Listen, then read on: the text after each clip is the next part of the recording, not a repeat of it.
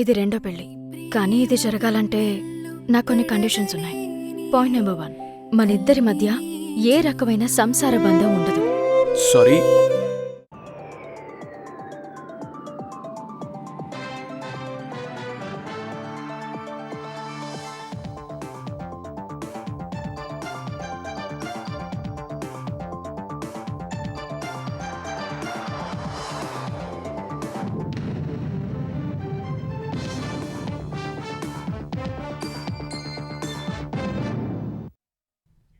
నమస్కారం, ఈటీవీ న్యూస్కి స్వాగతం. ముందుగా ముఖ్యాంశాలు.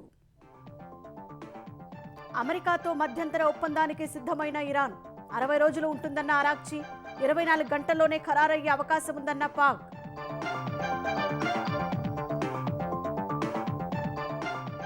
అసోంలో కూలిన వాయుసేన రవాణా విమానం. 5 సిబ్బంది మృతి, కో పైలట్కు తీవ్ర గాయాలు. ప్రమాదంపై విచారణకు ఆదేశాలు.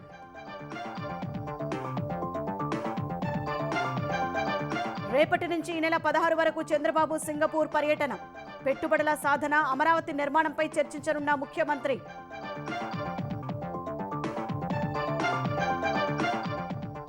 వైసీపీ ఆరోపణలపై మంత్రుల ఆగ్రహం. గొడ్డలిపోటు, వెండుపోటుకు జగనే బ్రాండ్ అంబాసిడర్ అని ధ్వజం. ప్రజలు అప్రమత్తం కావాలని పిలుపు.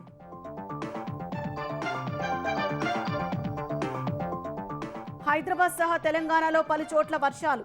విద్యుత్ షాక్, చెట్టు కూలిన ఘటనలో 3 మృతి. అధికారులను అప్రమత్తం చేసిన సీఎం.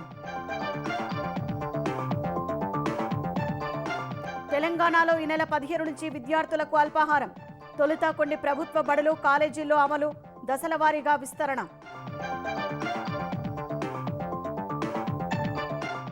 సింగరేణిలో బొగ్గు మాయం కథనాలపై విచారణ జరపాలన్న కిషన్ రెడ్డి.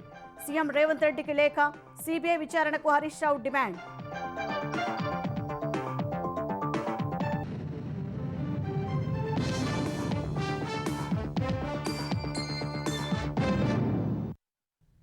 అమెరికాతో మధ్యంతర ఒప్పందాన్ని కొద్ది రోజుల్లో కుదుర్చుకోనున్నట్లు ఇరాన్ ప్రకటించింది.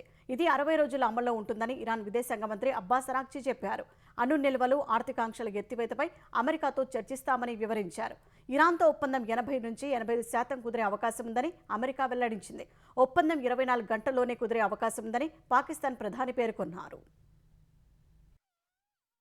ఇరాన్ ప్రభుత్వ వార్తా సంస్థ Islamic Republic of Iran broadcasting IRIBకి ఇచ్చిన ఇంటర్వ్యూలో విదేశాంగ మంత్రి అబ్బాస్ అరాక్చి కీలక విషయాలు వెల్లడించారు. తొలుత అమెరికాతో మధ్యంతర ఒప్పందం కుదుర్చుకుంటామని చెప్పారు. మరికొన్ని రోజుల్లోనే అది జరిగే అవకాశముందన్నారు. డిజిటల్ పద్ధతిలో ఒప్పందంపై సంతకాలు జరిగే అవకాశముందన్నారు. మధ్యంతర ఒప్పందం 60 రోజుల పాటు అమల్లో ఉంటుందని చెప్పారు. ఆ సమయంలో అణు నిల్వలు, ఆంక్షల ఎత్తివేతపై చర్చలు ఉంటాయన్నారు. చర్చలు సఫలమైతే అమెరికాతో తుది ఒప్పందం కుదుర్చుకుంటామని అరాక్చి తెలిపారు. మధ్యంతర ఒప్పందం అమల్లో ఉన్న సమయంలో అమెరికా కొన్ని హామీలను అమలు చేయాల్సి ఉంటుందన్నారు. లెబనాన్ నుంచి ఇజ్రాయెల్ సేనలు వైదొలగడం అందులో ఒకటని చెప్పారు. ఒప్పంద పత్రంలోని నిబంధనలను నెరవేర్చకపోతే తుది ఒప్పందంపై సంతకం చేయబోమని ఇరాన్ విదేశాంగ మంత్రి అరాక్చి స్పష్టం చేశారు. అమెరికాతో తుది ఒప్పందం విషయంలో నేషనల్ సెక్యూరిటీ కౌన్సిల్లో చర్చించి నిర్ణయం తీసుకుంటామని వివరించారు. మధ్యంతర ఒప్పందంలో అంశాలను 100% అమలు చేస్తేనే అగ్రరాజ్యంతో అణుచర్చలు జరుపుతామని అరాక్చి తేల్చి చెప్పారు. శుద్ధి చేసిన అణు నిల్వలను డైల్యూట్ చేయాల్సి వస్తే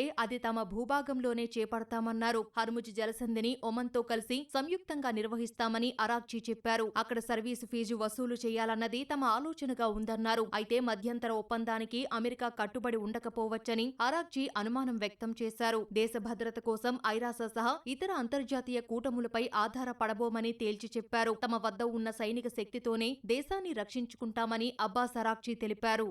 ఇదే సమయంలో అమెరికా, ఇరాన్ మధ్య చరిత్రాత్మక శాంతి ఒప్పందంపై 24 గంటల్లో తుది నిర్ణయం వెలువడే అవకాశముందని పాకిస్తాన్ ప్రధానమంత్రి షెహబాజ్ షరీఫ్ చెప్పారు. ఈ మేరకు ఎక్స్ వేదికగా షెహబాజ్ షరీఫ్ పోస్టు పెట్టారు. శాంతి ఒప్పందం కుదిరిన వెంటనే ఎలక్ట్రానిక్ పద్ధతిలో సంతకాల కోసం పాక్ ముమ్మర ఏర్పాట్లు చేస్తోందని తెలిపారు. సంతకాల తర్వాత ఉన్నత స్థాయి చర్చలు జరుగుతాయన్నారు. అమెరికాతో ఒప్పందం కుదిరే అవకాశాలు మెరుగైన నేపథ్యంలో జూలై 4 నుంచి 9 మధ్య supreme leader Ayatollah Ali Khamenei అంత్యక్రియలు జరుగుతాయని అధికారిక ఛానల్ IRIB వెల్లడించింది. ఒమన్ తీరంలో భారతీయులు ఉన్న నౌకలపై అమెరికా దాడులు చేయడాన్ని భారత్ మరోసారి తీవ్రంగా తప్పుపట్టింది. ఈ విషయంపై అమెరికా విదేశాంగ మంత్రి మార్కో రూబియోతో భారత విదేశాంగ మంత్రి జైశంకర్ మాట్లాడారు. ఈ సందర్భంగా దాడులపై ఆయన నిరసన తెలియజేశారు. మార్కో రూబియోతో ఫోన్లో మాట్లాడినట్లు జయశంకర్ ఎక్స్ వేదికగా వెల్లడించారు. గల్ఫ్ ఆఫ్ ఒమన్లో అమెరికా జరిపిన దాడుల్లో 3 భారత నావికులు మృతి చెందడంపై నిరసన తెలిపినట్లు వివరించారు. వాణిజ్య నౌకలపై దాడులు సమర్థనీయం కాదని అమెరికాకు చెప్పినట్లు జయశంకర్ తెలిపారు. మరోవైపు భారతీయులున్న నౌకలపై దాడులు చేసింది ఇరాన్ అని అమెరికా అధ్యక్షుడు డొనాల్డ్ ట్రంప్ చేసిన ఆరోపణలను టెహ్రాన్ ఖండించింది. ట్రంప్ ఆరోపణలు నిరాధారమైనవని తెలిపింది. ప్రజల దృష్టిని మళ్లించేందుకు అమెరికా తమపై నిందలు మోపుతోందని విమర్శించింది. తమ దిగ్బంధనాన్ని ఉల్లంఘిస్తూ ఇరాన్ నుంచి చమురును రవాణా చేసేందుకు ప్రయత్నించడంతో ఆ నౌకలపై దాడి చేశామని యుఎస్ సెంట్రల్ కమాండ్ ఇప్పటికే ప్రకటించింది. ట్రంప్ మాత్రం అందుకు భిన్నమైన ప్రకటన చేశారు. తెలంగాణ ప్రభుత్వం ప్రతిష్టాత్మకంగా తీసుకున్న విద్యార్థులకు అల్పాహారం పథకం సోమవారం నుంచి ప్రారంభం కానుంది. తొలుత కొన్ని ప్రభుత్వ పాఠశాలలు, కళాశాలలు మాత్రమే అల్పాహార కార్యక్రమాన్ని ప్రారంభించనున్నారు. తర్వాత అన్ని బడులు, కాలేజీలకు విస్తరించనున్నారు. పాఠశాల విద్యార్థులు, ఇంటర్ విద్యార్థులకు కలిపే మొత్తం 1,44,610 మందికి ఈ పథకం కింద లబ్ధి చేకూరనుంది. అల్పాహారంతో పాటు పాలు లేదా రాగి జావా అందించనున్నారు. సోమవారం తెలంగాణ వ్యాప్తంగా 1,269 పాఠశాలలు, 33 ఇంటర్ కాలేజీల్లో అల్పాహార పథకం ప్రారంభం కానుంది. హైదరాబాద్ జిల్లాలోని 85 పాఠశాలలు, 11 ఇంటర్ కాలేజీల్లో విద్యార్థులకు అల్పాహారం అందించనున్నారు. సింగరేణిలో బొగ్గు మాయం ఆరోపణలపై సీఎం రేవంత్ రెడ్డి సమగ్ర విచారణ జరిపించాలని కేంద్ర బొగ్గు గనుల శాఖ మంత్రి కిషన్ రెడ్డి కోరారు. ఈ మేరకు సీఎంకు బహిరంగ లేఖ రాసిన ఆయన సింగరేణిలో అవకతవకలు జరిగాయంటూ వచ్చిన వార్తలపై ఆందోళన వ్యక్తం చేశారు. 1,600 కోట్ల విలువైన బొగ్గు మాయమైందని మీడియాలో కథనాలు వచ్చాయన్నారు. రాష్ట్ర ప్రభుత్వం సింగరేణికి 51,500 కోట్ల రూపాయలు బకాయి పడిందని, ఈ బకాయిల వల్ల సింగరేణిపై ఆర్థిక ఒత్తిడి పెరిగిందని కేంద్ర మంత్రి వెల్లడించారు. సింగరేణిలో safe guards, internal control system పనితీరును సమీక్షించాలని తన లేఖలో కోరారు. సంస్థ సామర్థ్యం, పారదర్శకత, విశ్వసనీయతను బలోపేతం చేయాలని సూచించారు. 40,000 మందికి పైగా ఉన్న సింగరేణి కార్మికులు, వారి కుటుంబాల సంక్షేమంతో పాటు సంస్థ భవిష్యత్తును కాపాడటం అందరి బాధ్యత అని కిషన్ రెడ్డి స్పష్టం చేశారు. కాంగ్రెస్ పార్టీ అధికారం చేపట్టిన ఈ 2.5 ఏళ్లలో సింగరేణిలో జరిగిన అవినీతిపై సీబీఐ విచారణ చేపట్టాలని మాజీ మంత్రి హరీష్ రావు డిమాండ్ చేశారు. జయశంకర్ భూపాలపల్లి జిల్లా కేంద్రంలోని బీఆర్ఎస్ పార్టీ కార్యాలయంలో తెలంగాణ బొగ్గు గని కార్మిక సంఘం ఆధ్వర్యంలో జరిగిన సింగరేణి పరిరక్షణ సదస్సులో ఆయన పాల్గొన్నారు. సీఎం రేవంత్ రెడ్డి బావమరిది సృజన్ రెడ్డికి సంబంధించిన కంపెనీకి ఓబీ టెండర్ అప్పగించారన్నారు. ఈ టెండర్ ద్వారా సంస్థకు 50 కోట్ల రూపాయలకు పైగా నష్టం వాటిల్లిందన్నారు. భూపాలపల్లి పరిసరాల్లోని గనుల సమీప ప్రాంతాల్లో 3 లక్షల టన్నుల బొగ్గును నిల్వ చేసినట్లు అధికారులు రికార్డుల్లో పేర్కొన్నారని తెలిపారు. అక్కడ నిజంగా బొగ్గు ఉంటే చూసేందుకు వెళ్లేవారని, అధికారులు ఎందుకు అడ్డుకుంటున్నారని హరీష్ రావు ప్రశ్నించారు.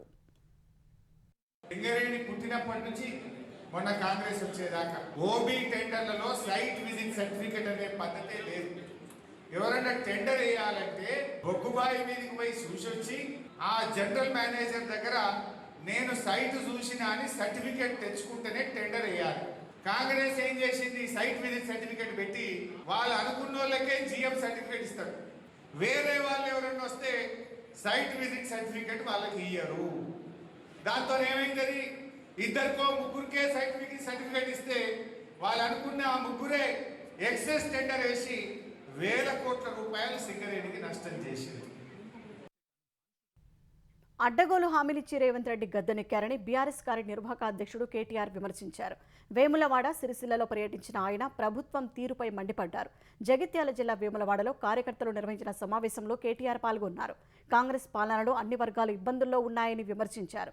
అనంతరం సిరిసిల్లలో పర్యటించిన కేటీఆర్ రైతు బంధు సహా ఎన్నో పథకాలను కాంగ్రెస్ ప్రభుత్వం రద్దు చేసిందన్నారు. 100 రోజుల్లో నెరవేరుస్తామన్న హామీలను 900 రోజులైనా నెరవేర్చలేదని రేవంత్ సర్కారును దుయ్యబట్టారు. హామీల గురించి ప్రశ్నించిన వారిపై కేసులు పెడుతున్నారని ఆక్షేపించారు. అసెంబ్లీ ఎన్నికలకు ఇప్పటి నుంచే సిద్ధం కావాలని, ప్రజా సమస్యలపై పోరాటం చేయాలని శ్రేణులకు కేటీఆర్ దిశానిర్దేశం చేశారు. ఇవాళ రాష్ట్రం పుష్కర కాలం దాటిన తర్వాత ముష్కరుల చేతిలో పడిపోయింది. రాష్ట్రం కేసీఆర్ కిట్టు బంధు, బతుకమ్మ చీర బంధు, పిల్లలకు బ్రేక్ఫాస్ట్ బంధు, ఆఖరికి రైతు బంధు కూడా బంద్ అయిపోయింది. కేసీఆర్ గారు చెప్పిన ముందే అన్న వస్త్రానికి పోతే ఉన్న వస్త్రం పోతుంది, మీరు దయచేసి మోసపోకండి, గోసపడతాము, ఆగమాగం ఓటేయకండి అని చెప్పిండు. పాలిచ్చే బర్రెను పక్కకు పెట్టి తన్నే దున్నపోతుంది తెచ్చి పెట్టుకున్నాం. ఏమన్నాడు రేవంత్ రెడ్డి గారు, ఆయన 10,000 ఇస్తే నేను 15,000 ఇస్తా, ఆయన 2 పంటలకు రైతు బంధు ఇస్తే నేను 3 పంటలకు ఇస్తా. ఇలా యూరియా ఇస్తలేడు కదా, రైతు బంధు ఇచ్చుడు దేవుడరుగు. ఆ గన్ని బ్యాగ్స్ ఇచ్చేటోడు లేడు, సంచులు ఇచ్చేటోడు లేడు. సంచులన్నీ ఆడవైనాయిరా అని తెలుసుకుంటే రాహుల్ గాంధీ కోతున్నాయట. ప్రజల పక్షాన నిలబడిన బీఆర్ఎస్ నేతలు ఎన్ని యాత్రలు చేసినా ఎవరూ నమ్మే పరిస్థితి లేదని ప్రభుత్వ విప్ ఆది శ్రీనివాస్ ఆరోపించారు. అధికారంలో ఉన్నప్పుడు కేసీఆర్ ప్రగతి భవన్ దాటలేదు, ఫామ్ హౌస్ వదిలిపెట్టలేదని విమర్శించారు. అధికారం పోయాక ఇప్పుడు బస్సు యాత్ర చేస్తే కేసీఆర్ను ఎవరు నమ్ముతారని ఆది శ్రీనివాస్ ప్రశ్నించారు. కేసీఆర్ గారు బస్సు యాత్ర చేసిన, మీరు పాదయాత్ర చేసిన, హరీష్ రావు గారు మోకాల యాత్ర ద్వారా మీరు ప్రజలలో మొదలు పెట్టిన మీ యాత్రలు ప్రజలు మిమ్మల్ని ఎవరు కూడా నమ్మే పరిస్థితి లేనటువంటి సందర్భాన్ని ఒకసారి గుర్తు చేసుకోమని చెప్తూ, అధికారం ఉన్నప్పుడు కేసీఆర్ గారు బస్సు యాత్ర అని చెప్పని ప్రజల్లోకి వస్తామని చెప్పి రానటువంటి సందర్భం, మీ రాజభోగాన్ని ప్రజలు గుర్తించే మీ కర్రు కాల్చి వాత పెడితే ఈ రోజు ఎక్కడ మీరు ఉన్నారో గుర్తుంచుకోమని చెప్తా ఉన్నాం. ఫ్రస్ట్రేషన్ లో కాంగ్రెస్ పార్టీకి 3వ స్థానం వస్తుంది వచ్చే ఎన్నికలనే మాట చెప్తుంది. అసలు ఇప్పుడు మీ గుండు సిన్న ఇచ్చిన ప్రజలు అదెందుకు మీరు గుర్తించుకుంటున్నారు అంటున్నా. ఆంధ్రప్రదేశ్కు పెట్టుబడులను ఆకర్షించడమే లక్ష్యంగా సీఎం చంద్రబాబు రేపటి నుంచి 16 వరకు సింగపూర్లో పర్యటించనున్నారు. ముఖ్యమంత్రి బృందంలో మంత్రి నారాయణ, ఇతర ఉన్నతాధికారులు ఉన్నారు. సీఎం చంద్రబాబు నేతృత్వంలోని ఏపీ బృందం రేపు ఉదయం అమరావతి నుంచి బెంగళూరు మీదుగా సింగపూర్ వెళ్లనుంది. వివిధ సంస్థలు, సింగపూర్ ప్రభుత్వ ప్రతినిధులతో ఏపీ బృందం వరుస సమావేశాల్లో పాల్గొననుంది. రాష్ట్రంలో పెట్టుబడులకున్న అవకాశాలు, రాజధాని అమరావతి నిర్మాణ పురోగతిపై ఆయా భేటీలో చర్చించనుంది. ఈ నెల 16 రాత్రికి స్వదేశానికి తిరిగి రానుంది. అమరావతిలో కేంద్రం నిర్మించనున్న ఉద్యోగుల గృహ సముదాయానికి అయ్యే ఖర్చు కన్నా రాష్ట్ర ప్రభుత్వ నివాస భవనాలకు వెచ్చిస్తున్న వ్యయం తక్కువేనని ఏపీ పురపాలక శాఖ మంత్రి నారాయణ స్పష్టం చేశారు. రాజధానిలో పర్యటించిన మంత్రి కొండవీటి వాగు, పాలవాగులపై నిర్మిస్తున్న బ్రిడ్జీలను పరిశీలించారు. ఈ సందర్భంగా రాజధాని భవనాల వ్యయంపై వైసీపీ అనవసర దుష్ప్రచారాలు చేస్తోందని నారాయణ మండిపడ్డారు. పార్లమెంట్, తెలంగాణ సచివాలయం వంటి ఐకానిక్ భవనాలకు సహజంగా ఖర్చు ఎక్కువ వస్తుందని గణాంకాలతో సహా వివరించారు. మన గెస్ట్ ఆఫీసర్స్ యొక్క బిల్డింగ్ కానీ లేదా హ్యాపీనెస్ బిల్డింగ్ కానీ ఈ రోజు క్యాలిక్యులేట్ చేస్తే ఆయన యొక్క అమౌంట్ నిన్న సెంట్రల్ గవర్నమెంట్ వాళ్ళు ఇచ్చిన దానికంటే తక్కువ. అది చెప్పరు. ఏదైతే ఐకానిక్ బిల్డింగ్స్ కడుతున్నావో చెప్తా, ఐకానిక్ బిల్డింగ్స్ అవుతాయి. డయాగ్రీ టెక్నాలజీ పార్లమెంట్ భవన్ తీసుకోండి, పార్లమెంట్ భవన్ 16,916 అయింది ఐకానిక్. అదే విధంగా తెలంగాణ సచివాలయం తీసుకోండి, 13,768 రూపాయలు స్క్వేర్ ఫీట్. అది చెప్పరు. పూర్తయిన తర్వాత ఎంత అయింది, డీవియేషన్స్ ఎంత, ఫర్దర్ టెండర్స్ ఎంత, ఇవేమీ చెప్పకుండా ప్రజల్ని అడ్డదారులు పెట్టించడం కరెక్ట్ కాదు. నేను ఒకటే చెప్తున్నానండి, మీరు ఇలా ప్రజలకు గాని అబద్ధాలు చెప్తూ పోతే ఆ 11 సీట్లు మేలవు. గొడ్డలిపోటు, వెన్నుపోటుకు బ్రాండ్ అంబాసిడర్ జగనేనని మంత్రులు మండిపడ్డారు. వైసీపీ అధికారంలో ఉన్న 5 ఏళ్లు హామీలను గాలి కొదిలేసి ప్రజలను మోసం చేశారని విమర్శించారు. అమరావతి పైన, కూటమి ప్రభుత్వం పైన జగన్ ఇంకా విషం కక్కుతున్నారని మండిపడ్డారు. కల్తీ మద్యం కేసు తాడేపల్లి ప్యాలెస్ గేటును తాకిందని ఆరోపించారు. జగన్ కుట్రలపై ప్రజలు అప్రమత్తంగా ఉండి ఆ పార్టీని భూస్థాపితం చేయాలని ప్రజలకు మంత్రులు పిలుపునిచ్చారు. గొడ్డలిపోటు, వెన్నుపోటు బ్రాండ్ అంబాసిడర్ జగన్మోహన్ రెడ్డి హామీలన్నీ కూడా తొంగలో తొక్కి ప్రజల్ని మోసం చేసి వెన్నుపోటు పొడిచాడు. ఆ రోజున అధికారంలోకి వచ్చేదానికోసం మీరు ఎన్ని హామీలు ఇచ్చారు? ప్రతి సంవత్సరం జనవరి 1వ తారీఖు జాబ్ క్యాలెండర్ తీసి నిరుద్యోగ యువతకు ఉద్యోగాలు కల్పిస్తున్నారు. ఒక్క జాబ్ క్యాలెండర్ లేదు 5 సంవత్సరాలు. యువతను మోసం చేశారు. ఇది వెన్నుపోటు కాదా జగన్మోహన్ రెడ్డి గారు? రోజుకొక వార్త, రోజుకొక గొడ్డల పార్టీ నాయకుడు వెలుగులోకి వస్తా ఉన్నాడు. గత 5 ఏళ్లలో గొడ్డల పార్టీ చేసింది ఏంటంటే సంపూర్ణ మద్య నిషేధం చేస్తామని చెప్పేసి ఒక మాట ఇచ్చి ఆ మాట తప్పి మద్యాన్ని పూర్తిగా సొంత ఆదాయ వనరుగా మార్చుకున్నటువంటి చరిత్ర మీది. ఈ మద్యం స్కామ్ లో 3,500 కోట్ల రూపాయలు మీరు దోచింది వాస్తవం కాదా? ప్రజలకు మీరు సమాధానం చెప్పాల్సింది పోయి డైవర్షన్ పాలిటిక్స్ చేస్తా ఉన్నారు. ప్రతి ఒక్క ఏలో కూడా తాడేపల్లి వ్యాలీస్ లో ఉన్నటువంటి మీ పులివెందుల ఎమ్మెల్యే పక్కనే చూపిస్తుందంటే ఇది ఎంత దారుణం అర్థం కావట్లా. తెలంగాణలోని పలు జిల్లాల్లో జోరు వర్షం కురిసింది. బలమైన ఈదురుగాలులు వీయడంతో జరిగిన ప్రమాదాల్లో కరెంట్ షాక్ తగిలి తండ్రి, కుమార్తె చెట్టు విరిగిపడి ఒక మహిళ మృతి చెందారు. శంషాబాద్ విమానాశ్రయంలో విమాన రాకపోకలకు అంతరాయం ఏర్పడింది. మెదక్ జిల్లాలోని పలు ధాన్యం కొనుగోలు కేంద్రాల్లో తూకం వేసి ఉంచిన వడ్ల బస్తాలు తడిసి ముద్దయ్యాయి.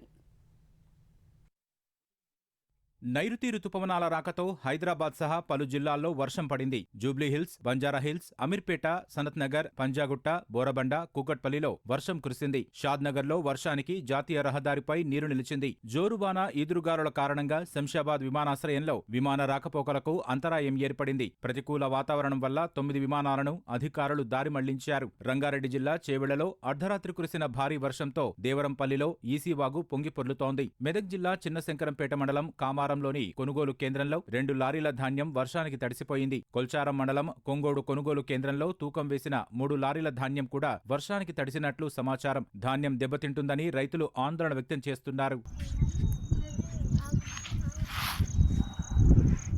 సికింద్రాబాద్ అల్వాల్లో వర్షం కారణంగా విద్యుత్ షాకు గురై తండ్రి కూతురు మృతి చెందారు. టెలికాం కాలనీకి చెందిన సందీప్ సాయి ఇంటి ఎదురుగా ఉన్న పెద్ద చెట్టు వర్షానికి విరిగి కారుపై పడింది. వర్షం తగ్గిన తర్వాత చెట్టు కొమ్మలను తొలగించేందుకు సందీప్, ఆయన భార్య శ్వేత, కుమార్తె రితిక కారు వద్దకు వెళ్లారు. చెట్టు కొమ్మల మధ్య ఉన్న విద్యుత్ తీగలను వారు గమనించకపోవడంతో అవి తగిలి రితిక విద్యుత్ షాకు గురైంది. ఆమెను రక్షించే ప్రయత్నంలో సందీప్ కూడా విద్యుత్ తీగలు తగిలి మృతి చెందారు. శ్వేతకు షాక్ తగిలినప్పటికీ స్వల్ప గాయాలతో బయటపడ్డారు. రంగారెడ్డి జిల్లా మీర్పేట పోలీస్ స్టేషన్ పరిధిలో భారీ ఈదురుగాలుల కారణంగా తాటి చెట్టు ఇంటిపై పడి ఓ మహిళ ప్రాణాలు కోల్పోయింది. రాఘవేంద్రనగర్ కాలనీకి చెందిన సభావత్ లక్ష్మి, ఆమె కుమారుడు వెంకట్, కోడలు లలిత రేకుల ఇంట్లో నిద్రిస్తుండగా గాలులకు చెట్టు ఇంటిపై పడింది. వెంకట్, లలిత స్వల్ప గాయాలతో బయటపడగా తీవ్ర గాయాల పాలైన లక్ష్మి చికిత్స పొందుతూ మృతి చెందారు. గాలివాన బీభత్సానికి వరంగల్ జిల్లా దుగ్గొండి మండలం లక్ష్మీపురంలో 5 ఇళ్ల రేకులు ఎగిరిపోయాయి. వస్తువులన్నీ తడిసి ముద్దయ్యాయి. ఒక వ్యక్తి ఇంటి పైకప్పు రేకులు ఎగిరిపోయి పొలాల్లో పడ్డాయి. కొత్తగా నిర్మించిన పశువుల కొట్టం దెబ్బతింది. వరంగల్ జిల్లా దుగ్గొండి మండలం లక్ష్మీపురం గ్రామంలో గాలివానకు 24 ఎకరాలలో అరటి తోటలు దెబ్బతిన్నాయి. వర్షాల నేపథ్యంలో అధికారులను ముఖ్యమంత్రి రేవంత్ రెడ్డి అప్రమత్తం చేశారు. హైదరాబాద్ కోర్ అర్బన్ పరిధిలోని జీహెచ్ఎంసీ, సైబరాబాద్, మల్కాజిగిరి మున్సిపల్ కార్పొరేషన్ల పరిధిలో అధికారులందరూ హై అలర్ట్గా ఉండాలని సీఎం ఆదేశించారు. పోలీస్, ట్రాఫిక్, మున్సిపల్, హైడ్రా, విద్యుత్, వాటర్ బోర్డు ఇతర శాఖలు సమన్వయంతో పనిచేయాలని స్పష్టం చేశారు. CS, DGP, Hyderabad core urban ప్రత్యేక సీఎస్ఆర్, సీనియర్ అధికారులందరూ యుద్ధ ప్రాతిపదికన సమీక్షించి చర్యలు చేపట్టాలన్నారు. హైదరాబాద్ నగరవాసులకు ఇబ్బందులు తలెత్తకుండా వెంటనే చర్యలు చేపట్టాలని ఆదేశించారు. రోడ్లపై నీళ్లు నిలిచే ప్రాంతాలు, ఇబ్బంది కలిగే చోట ముందే బృందాలను మోహరించాలని రేవంత్ రెడ్డి సూచించారు. నైరుతి రుతుపవనాల ప్రభావంతో రేపు ఆంధ్రప్రదేశ్ వ్యాప్తంగా వాతావరణం మేఘావృతమై ఉంటుందని ఏపీ విపత్తుల నిర్వహణ సంస్థ తెలిపింది. శ్రీకాకుళం, విశాఖ, అనకాపల్లి, కాకినాడ, కోనసీమ జిల్లాల్లో రేపు తేలికపాటి వర్షాలు పడతాయని పేర్కొంది. మిగిలిన 23 జిల్లాల్లో పలుచోట్ల పిడుగులతో కూడిన తేలికపాటి నుంచి మోస్తరు జల్లులు కురిసే అవకాశం ఉందని వెల్లడించింది. వర్షాలు పడే సమయంలో చెట్లు హోర్డింగ్స్ వద్ద నిలబడొద్దని అధికారులు హెచ్చరించారు. ఎక్కడైనా విద్యుత్ వైర్లు తెగిపడి ఉంటే వాటికి దూరంగా ఉండాలని సూచించారు. ఉరుములు వినిపించిన వెంటనే పొలాల్లో పనిచేసే రైతులు, పశువుల కాపరులు సురక్షిత ప్రాంతాలకు వెళ్లాలని తెలిపారు. ఆర్జేయూకేటీ బీటెక్ ప్రవేశాల ఫలితాలను ఆంధ్రప్రదేశ్ విద్యాశాఖ మంత్రి నారా లోకేష్ విడుదల చేశారు. నూజివీడు, ఆర్కే వ్యాలీ, ఒంగోలు, శ్రీకాకుళంలో 6 ఏళ్ల ఇంటిగ్రేటెడ్ బీటెక్ కోర్సుల ప్రవేశానికి సంబంధించిన తాత్కాలిక ఎంపిక జాబితా విడుదలైనట్లు వెల్లడించారు. మొత్తం 4410 దరఖాస్తులు రాగా 4040 మంది విద్యార్థులు ఎంపికయ్యారు. 96.7% ప్రభుత్వ పాఠశాలల విద్యార్థులు ఎంపికయ్యారు. గ్రామీణ ప్రాంతాల్లోని ప్రతిభావంతులైన విద్యార్థులను ప్రోత్సహిస్తూ వారికి నాణ్యమైన ఉన్నత విద్యను అందించాలనే ఆర్జేయూకేటీ ఆశయానికి నిదర్శనంగా 96.7% మంది ప్రభుత్వ పాఠశాలల విద్యార్థులే ఎంపిక కావడం గర్వకారణమని లోకేష్ వెల్లడించారు. ఎంపికైన విద్యార్థులకు అభినందనలు తెలిపారు. కాకినాడ జిల్లాలో తుని మండలంలో అదృశ్యమైన 2 ఏళ్ల చిన్నారి జ్ఞానేశ్వరి కేసులో కీలకంగా భావిస్తున్న పెంపుడు శునకం చనిపోయింది. కుక్క చనిపోవడంతో చిన్నారి ఆచూకీ కనుగొనడం పోలీసులకు మరింత సవాలుగా మారింది. కాకినాడ జిల్లా తుని మండలం దొండవాక పంచాయతీ సిహెచ్ అగ్రహారంలో 7 రోజుల క్రితం 2 ఏళ్ల వయసున్న జ్ఞానేశ్వరి అదృశ్యమైంది. జ్ఞానేశ్వరి అదృశ్యమైనప్పుడు పెంపుడు కుక్క ఆమెతో పాటే ఉంది. కుక్కకు ట్రాకర్ అమర్చగా 80 నిమిషాల్లో 8 కిలోమీటర్ల మేర సంచరించి తిరిగి ఇంటికి చేరుకుంది. అనంతరం ఒక్కసారిగా కుప్పకూలి మృతి చెందింది. నిన్నటి నుంచి ఆహారం తీసుకోకపోవడం వల్లే శునకం చనిపోయినట్లు భావిస్తున్నారు. మరోవైపు చిన్నారి ఆచూకీ కోసం గాలింపు చర్యలు కొనసాగుతున్నాయి. ఇప్పటికే సుమారు 1000 ఎకరాల వరకు కొండ, అటవీ ప్రాంతాన్ని జల్లెడ పట్టారు. చిన్నారి అపహరణకు గురై ఉండవచ్చని పోలీసులు అనుమానిస్తున్నారు. చిన్నారి తండ్రికి కారు విషయంలో పలువురితో వివాదం ఉందని ఆయన భార్య చెప్పడంతో ఆ కోణంలోనూ పరిశీలిస్తున్నారు. విశాఖ ఉక్కు కర్మాగారంలో జరిగిన ప్రమాదంలో మృతుల సంఖ్య 10కి చేరింది. కాంట్రాక్టర్ కార్మికుడు గోగువాడ సూరిబాబు 7 హిల్స్ ఆసుపత్రిలో చికిత్స పొందుతూ ఇవాళ మృతి చెందారు. సూరిబాబుకు భార్య, 2 పిల్లలు ఉన్నారు. సోమవారం ప్రమాదం జరిగిన వెంటనే సూరిబాబును అత్యవసర చికిత్స విభాగంలో చేర్చారు. చికిత్స పొందుతూ ఆయన ఇవాళ తుది శ్వాస విడిచారు. దేశ రక్షణ కోసం ఎలాంటి పరిస్థితినైనా ఎదుర్కొనేందుకు సిద్ధంగా ఉండాలని రక్షణ మంత్రి రాజ్నాథ్ సింగ్ పిలుపునిచ్చారు. హైదరాబాద్ దుండిగల్ ఎయిర్ఫోర్స్ అకాడమీలో గ్రాడ్యుయేషన్ పరేడ్కు రివ్యూయింగ్ ఆఫీసర్గా ఆయన హాజరయ్యారు. గగనతల రక్షణ వ్యవస్థకు ఎయిర్ఫోర్స్ చాలా కీలకమని రాజ్నాథ్ సింగ్ సూచించారు. యుద్ధంలో సాంకేతిక వినియోగం చాలా పెరిగిందని, సాంకేతిక వినియోగాన్ని అధికారులు అందిపుచ్చుకోవాలని ఆయన చెప్పారు. సుఖోయ్, సూర్యకిరణ్, సారంగ విన్యాసాలతో పరేడ్ ఆద్యంతం ఆకట్టుకుంది. అత్యుత్తమ ప్రదర్శనతో అగ్రస్థానంలో నిలిచిన క్యాడెట్లకు ప్రెసిడెంట్స్ ఫ్లాగ్ అవార్డులను రక్షణ మంత్రి ప్రదానం చేశారు. भारत की ओर से स्पेस तक भी गए। अब उस लिगेसी को आगे बढ़ाने की जिम्मेदारी आप जैसे नौजवानों के ऊपर है। एयरफोर्स ने कई अवसरों पर विदेशी नागरिकों को भी सुरक्षित निकालने में भाषा या सीमाओं से ऊपर उठकर संपूर्ण मानवता की सराहना करने में विश्वास रखता है। मैं विशेष रूप से महिला पायलट्स को भी बधाई देता हूं जो आज इंडियन एयरफोर्स में कमीशन हो रही हैं। I want to have a word with the trainees from Vietnam who are on parade today. I am certain that your country and your service is as proud of your achievement as we are. ప్రముఖ AI సంస్థ ఆంథ్రోపిక్కు చెందిన సరికొత్త AI models Fable 5, Mythos 5లపై America ప్రభుత్వం నిషేధం విధించింది. జాతీయ భద్రతా కారణాల దృష్ట్యా ఈ మోడల్స్ యాక్సెస్ను తక్షణమే నిలిపివేయాలని ఆంథ్రోపిక్ సంస్థను ఆదేశించింది. ఫేబుల్ 5ను విడుదల చేసిన 3 రోజులకే ఈ పరిణామాలు చోటు చేసుకున్నాయి. సైబర్ నేరగాళ్లు దుర్వినియోగం చేసే ప్రమాదం ఉందన్న కారణంతో అమెరికా ప్రభుత్వం వాటిపై నిషేధం విధించింది. ఈ నిషేధానికి జైల్ బ్రేక్ టెక్నిక్ కారణమని తెలుస్తోంది. అమెజాన్కు చెందిన పరిశోధకులు కొన్ని ప్రత్యేకమైన ప్రాంప్ట్లను ఉపయోగించి ఆంథ్రోపిక్ ఏఐ మోడల్ను జైల్ బ్రేక్ చేశారని వాల్ స్ట్రీట్ జర్నల్ ఓ నివేదికలో తెలిపింది. మోడల్ రక్షణ కవచాలను దాటి సాఫ్ట్వేర్లోని కొన్ని లోపాలను అమెజాన్ పరిశోధకులు గుర్తించారని పేర్కొంది. యుఎస్ ప్రభుత్వ నిర్ణయంతో ఆంథ్రోపిక్ తీవ్రంగా విభేదించింది. జైల్ బ్రేక్ టెక్నిక్ ద్వారా గుర్తించిన సాఫ్ట్వేర్ లోపాలు చాలా చిన్నవని పేర్కొంది. జాతీయ భద్రతకు సంబంధించి అమెరికా ప్రభుత్వం పంపిన లేఖలో నిర్దిష్టమైన కారణాలు లేదా వివరాలు ఏమీ లేవని సంస్థ అసంతృప్తి వ్యక్తం చేసింది. ప్రధాని నరేంద్ర మోదీ ఫ్రాన్స్, స్లోవేకియా పర్యటనకు బయలుదేరి వెళ్లారు. వారం రోజుల పాటు ఆయన 2 దేశాల్లో పర్యటించనున్నారు. ఈ పర్యటనలో భాగంగా ప్రధాని మోదీ ఫ్రాన్స్లో జరిగే G7 శిఖరాగ్ర సదస్సులో పాల్గొంటారు. ఈ మేరకు ప్రధాని ఒక ప్రకటన విడుదల చేశారు. భారత వ్యూహాత్మక దృక్పథంలో ఫ్రాన్స్కు ప్రత్యేక స్థానం ఉందని ప్రధాని తెలిపారు. ఈ ఏడాది ప్రారంభంలో ఫ్రాన్స్ అధ్యక్షుడు ఇమ్మాన్యుయల్ మేక్రాన్ భారత్లో పర్యటించినప్పుడు ఇరు దేశాల మధ్య సంబంధాలను వ్యూహాత్మక స్థాయికి ఉన్నతీకరించినట్లు గుర్తు చేశారు. మేక్రాన్తో సమావేశం సందర్భంగా ద్వైపాక్షిక సంబంధాల్లో పురోగతిని సమీక్షించడం సహా భవిష్యత్ కార్యాచరణను రూపొందిస్తామని తెలిపారు. G7 వేదికగా భారత్తో పాటు గ్లోబల్ సౌత్ దేశాల ఆకాంక్షలను వినిపిస్తామని మోదీ పేర్కొన్నారు. 1993లో స్లోవేకియా స్వతంత్ర దేశంగా ఏర్పడిన తర్వాత భారత ప్రధాని అక్కడ పర్యటించడం ఇదే తొలిసారి. బ్రాటిస్లావాలో స్లోవేకియా అధ్యక్షుడు పీటర్, ప్రధాని రాబర్ట్తో మోదీ ద్వైపాక్షిక చర్చలు జరపనున్నారు. తదుపరి ఆర్మీ చీఫ్గా లెఫ్టినెంట్ జనరల్ ధీరజ్ సేత్ను కేంద్రం నియమించింది. ప్రస్తుత army chief general Upendra Dwivedi స్థానంలో ఆయన ఈ బాధ్యతలు చేపట్టనున్నట్లు ప్రకటించింది. జనరల్ ద్వివేది జూన్ 30న పదవి విరమణ చేయనుండగా అదే రోజు ధీరజ్ సేత్ ఆర్మీ చీఫ్గా బాధ్యతలు స్వీకరిస్తారు. ప్రస్తుతం ఆర్మీ వైస్ చీఫ్గా సేవలందిస్తున్న లెఫ్టినెంట్ జనరల్ ధీరజ్ సేత్ భారత సైన్యం ఆధునికీకరణలో కీలక పాత్ర పోషించారు. దాదాపు 4 దశాబ్దాల సుదీర్ఘమైన సైనిక కెరియర్లో ఆయన కీలక విభాగాలలో సేవలందించారు. ఎడారి ప్రాంతాల్లో ఆర్మర్డ్ రెజిమెంట్, వెస్టర్న్ థియేటర్లో ఆర్మర్డ్ బ్రిగేడ్, జమ్మూ కాశ్మీర్లో కౌంటర్ ఇన్సర్జెన్సీ ఫోర్స్కు కమాండర్గా వ్యవహరించారు. భారత రక్షణ పరిశోధన అభివృద్ధి సంస్థ DRDO సరికొత్త రికార్డు సృష్టించింది. శత్రు క్షిపణులు, నౌకల దాడులను తిప్పికొట్టే అధునాతన సాంకేతికతలను విజయవంతంగా పరీక్షించింది. ఈ నెల 10, 11న DRDO 3 ప్రయోగాలు చేపట్టింది. అందులో భాగంగా మల్టీ లేయర్డ్ బాలిస్టిక్ క్షిపణి రక్షణ వ్యవస్థ BMDను ప్రయోగించింది. ఈ ప్రయోగంలో ఇంటర్సెప్టర్ క్షిపణులు లక్ష్యాలను విజయవంతంగా ఛేదించాయి. ఖండాంతర బాలిస్టిక్ క్షిపణులను అడ్డుకునే సామర్థ్యం వీటికి ఉంది. దీంతో BMD సామర్థ్యం కలిగిన దేశాల జాబితాలో భారత్ చేరిందని DRDO వెల్లడించింది. Naval anti ship missile medium range తొలి పరీక్షను కూడా శాస్త్రవేత్తలు విజయవంతంగా నిర్వహించారు. ఈ క్షిపణి సముద్రాల శత్రువుల యుద్ధ నౌకలను ధ్వంసం చేయగలదు. ఇది భారత నౌకాదళ రక్షణ సామర్థ్యాలను మరింత పెంచుతుందని శాస్త్రవేత్తలు తెలిపారు. పూర్తి స్వదేశీ సాంకేతికతతో ఈ సరికొత్త వ్యవస్థలను DRDO అభివృద్ధి చేసింది. తాజా ప్రయోగం విజయవంతం కావడంతో రక్షణ శాఖ మంత్రి రాజ్నాథ్ సింగ్, DRDO చైర్మన్ రాజేష్ కుమార్ సింగ్ శాస్త్రవేత్తలకు అభినందనలు తెలిపారు. అస్సాం జోర్హాట్లో వాయుసేన రవాణా విమానం కూలిన ఘటనలో 2 అధికారులు సహా 5 వాయుసేన సిబ్బంది ప్రాణాలు కోల్పోయారు. కో-పైలట్ తీవ్ర గాయాలతో బయటపడగా జోర్హాట్లోని మిలిటరీ ఆసుపత్రికి తరలించారు.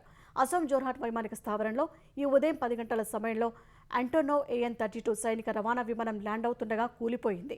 ఈ ఘటనలో squadron leader Prashant Singh, flight lieutenant Shubham Kumar, sergeant Jitender Sharma, Agniveer Vayu Khemaram Kumawat, Agniveer వాయు డానిష్ ఆలం ప్రాణాలు కోల్పోయారు. ఈ ప్రమాదం పట్ల తీవ్ర విచారం వ్యక్తం చేసిన భారత వాయుసేన మృతుల కుటుంబాలకు అండగా ఉంటామని హామీ ఇచ్చింది. ప్రమాదానికి గల కారణాలను తెలుసుకునేందుకు కోర్ట్ ఆఫ్ ఎంక్వైరీకి ఆదేశించింది. ఈ ఘటనపై రక్షణ మంత్రి రాజ్నాథ్ సింగ్ తీవ్ర విచారం వ్యక్తం చేశారు. అమరులైన 5 ధైర్య సాహసాలను, సేవలను దేశం ఎప్పటికీ గుర్తుంచుకుంటుందని ఎక్స్లో పేర్కొన్నారు.